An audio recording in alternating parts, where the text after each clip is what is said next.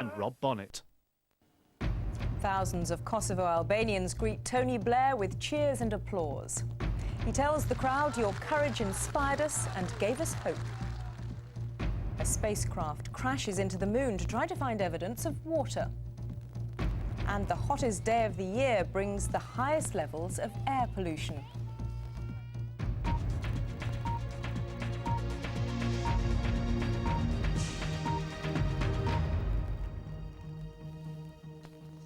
Good evening.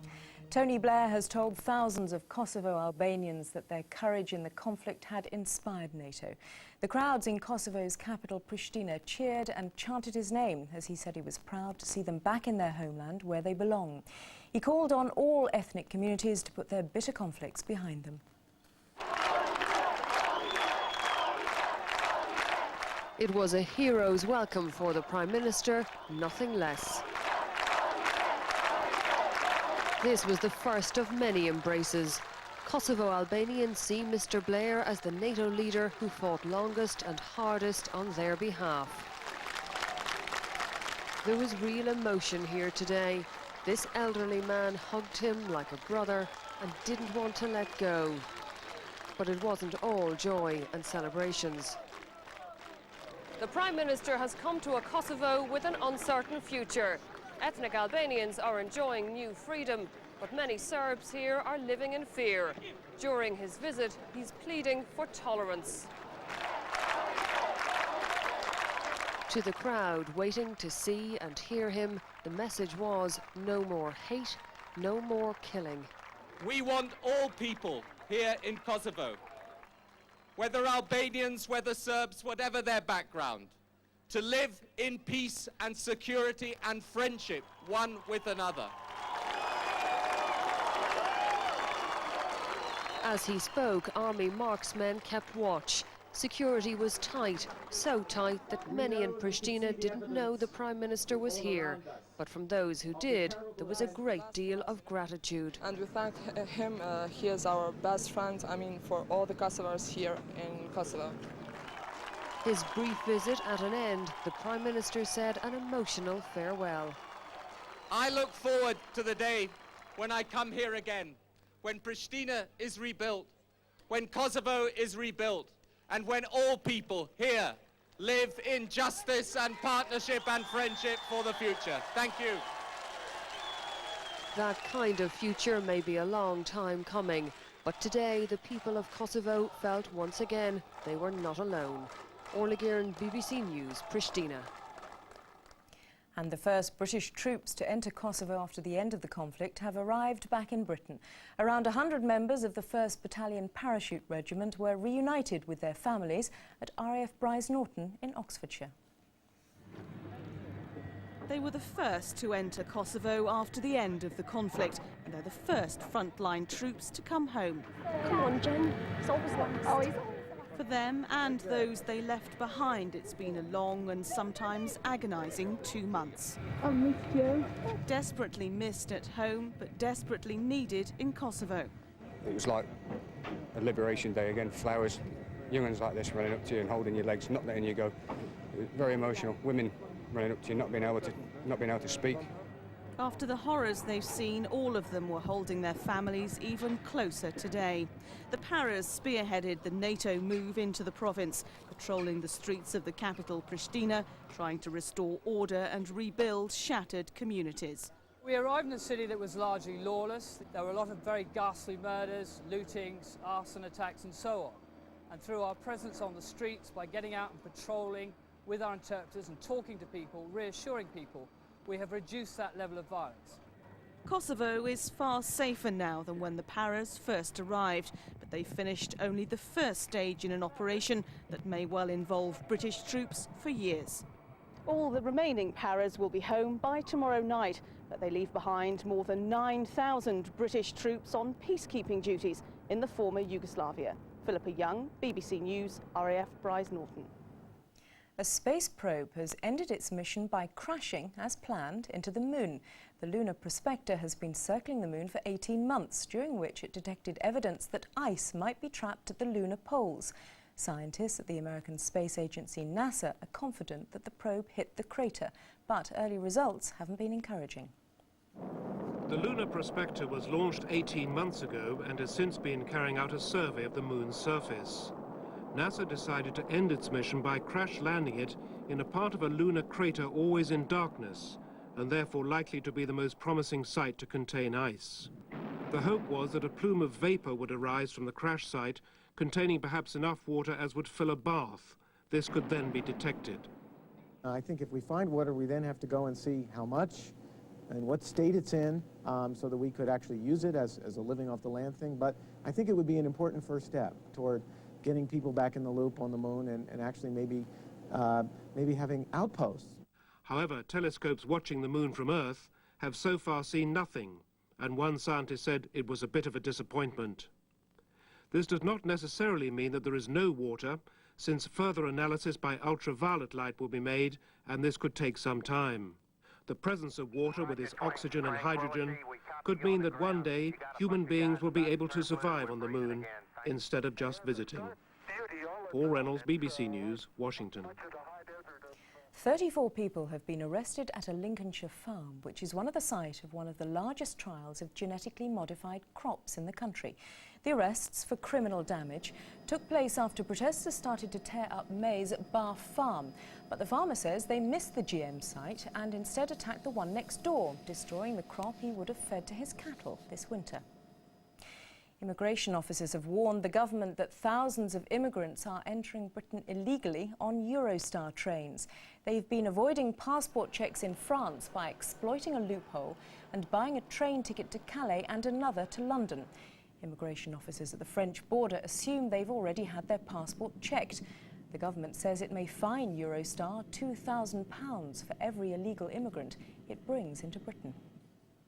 Smog warnings have been issued on the hottest weekend of the year so far. Asthma sufferers in particular have been told that high levels of pollution could significantly affect their breathing. The high temperatures have also led to congestion on many roads. For those who've come to believe the phrase British summer is a contradiction in terms, the current hot spell has been welcomed like a long-lost friend. Today, Brighton Beach was just one of the destinations for the sun worshippers. By mid-afternoon, temperatures in some parts were touching 31 degrees centigrade, 88 degrees Fahrenheit. But while these temperatures may be good for the soul, whether they're so good for our health is another matter entirely, because the British love for the sun is matched by a love for the motor car, and on a day like today, the combination can cause problems. And with traffic on many roads, such as the M5 in the West Country, bumper to bumper for much of the day, the resulting exhaust fumes and the lack of any wind to disperse them caused high pollution levels. Breathe in nice and deep. The Department of the Environment is warning that asthmatics should take particular care. Doctors' surgeries are anticipating a busy few days. If they have a respiratory condition like asthma, they may find that their symptoms are getting worse. And that'll be that they'll be getting more cough or wheezing, sometimes breathlessness. They can find it difficult to sleep. And they may find that they're using their inhalers a lot more. With similar temperatures expected tomorrow, everyone is being urged to keep out of the sun during the hottest part of the day and to drink plenty of fluids. Many will be returning to the beaches and parks in the morning, but for those for whom the hot spell is causing misery, relief is in sight, with the weather expected to break in the middle of next week. John Brain, BBC News. Now, with news of the first day of the Scottish football season and the rest of the sport, here's Rob Bonnet. Yes, treble holders Rangers made a winning start to the new Scottish Premier League season this afternoon. Their performance against Kilmarnock at Ibrox was far from emphatic. Rod Wallace got the opening goal in their 2-1 victory. American Claudio Reyna scored the winner. Elsewhere, a Willie Faulkner goal for Dundee in the Tayside derby failed to stop Dundee United taking the points late in the game through Portuguese substitute Joachim Ferraz. The former Scottish international Pat Nevin scored one of the goals in Motherwell's 2-2 draw at Hibernian. And Gary McSwiggan helped Hearts to the biggest win of the day. That was 4-1 at St Johnstone. A record equalling 12 under par round of 60 has lifted Northern Ireland's Darren Clarke into the lead of the Smurfit European Open at the K Club near Dublin. After 2 rounds, he's 2 shots clear of Japan's Katsuyoshi Tomori and 3 ahead of the Englishman David Guilford and Lee Westwood. Having gone round yesterday in a very ordinary 73, Darren Clarke needed to pull his socks up just to make the final 2 days of this tournament. What he produced was an improvement that shot him from 87th position in the field to the top of the leaderboard, recording only the 9th score of 60 in the history of European Tour golf. He birdied 12 of the 18 holes and in one purple patch broke par on 8 consecutive holes. The putts just kept dropping.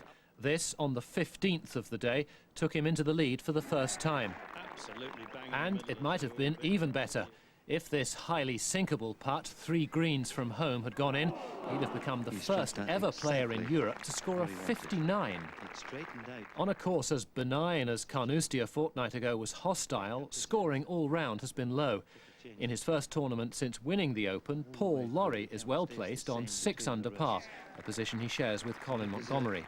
And Jean van der Velde seems to have got over his Carnoustie collapse, certainly not out of contention, a further 3 shots behind. Steve McCormack, BBC News. Now Formula 1, and Finland's Mika Häkkinen is in pole position for tomorrow's German Grand Prix at Hockenheim. The reigning world champion was 0.05 of a second quicker than Jordan's Heinz-Harald Frentzen, with Häkkinen's McLaren teammate David Coulthard in 3rd place. Ferrari's Eddie Irvine, who's 2 points behind Häkkinen in the Drivers' Championship, had a number of problems during qualification, but he'll start 5th, with Damon Hill 8th. There were 2 more silver medals for Britain at the European Swimming Championships in Istanbul today. James Hickman finished nearly 0.4 of a second behind Sweden's Lars Frölander in the 100 metres butterfly. And in the 4x200 metres freestyle, Paul Palmer collected his 3rd medal of the week as the first leg of the relay team. Although Britain actually finished in 4th place, the first 2 teams home, that's Holland and Italy, were both disqualified for false starts, handing Germany the gold medal and Great Britain the silver. There was a thrilling finish to the Vodafone Nassau Stakes at Goodwood this afternoon, with 7 horses separated by just over 3 lengths at the finish. Godolphin's Zarat Dubai won by half a length from Lady in Waiting, with Diamond White ahead away in 3rd place. Jim McGrath describes the closing stages. Zarat Dubai still in front of Lady in Waiting, and now Diamond White getting through along the inside from Kissagram. Zarat Dubai though still in front, and Zarat Dubai is going to win it. Zarat Dubai, photo 2nd, Lady in Waiting and Diamond White, then Kissagram. Afterwards, winning jockey Gary Stevens collected a 2-day ban for careless riding, though the result was allowed to stand. And defending World Superbike champion Carl Fogarty is in pole position for tomorrow's Grand Prix at Brands Hatch. The Englishman is defending a 49-point lead in the championship. Sean.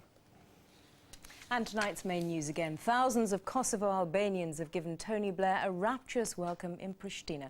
He told them their courage was inspiring. That's it for now. The main news will be at 10:20 over on BBC One with Peter Sissons.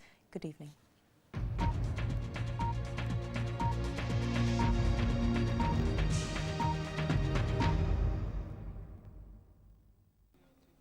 Good evening to you. We reached 31 degrees Celsius or 88 degrees Fahrenheit, the hottest day so far this year. But warm enough also to trigger some storms, especially in the southeast of England, where we've seen some thunderstorms getting going really from lunchtime onwards and drifted a little bit further north as well. And still some showers around in the southeast of England and up in towards Cambridgeshire and Leicestershire. And sorry, some of those showers will probably be with us for this evening as well. Other areas dry and fine, a bit more cloud across parts of Scotland. Here a few showers likely as well, and that's really how it ends up late in the day. Still some hot sunshine to enjoy, but the sun weakening now, but it's going to be another hot day tomorrow, and also we're going to see more of those showers. Turning misty tonight and very murky, especially along North Sea coast with that low cloud returning, and a warm sticky night to come as well. Temperatures falling no lower than 16 to 18 in the southeast. Tomorrow we are going to see some of that mist and low cloud first thing in the morning. That'll move out the way, certainly burn back to the coastal regions, and then we'll see more of those showers, and it will be hot again. Top temperatures 27 to 30. Bye for now. The theory of natural selection. Rules or anarchy? I will find something. Isn't that our job? To make sense of the unknown. You want to prove Darwin wrong. Order or chaos? God does not, cannot operate within evolution. Inadmissible. Darwin or God? Evolution happened, but it doesn't change my faith. To be married, we should believe the same thing. Science or love? Horizon presents Wings of Angels tomorrow at 10:30 on BBC Two.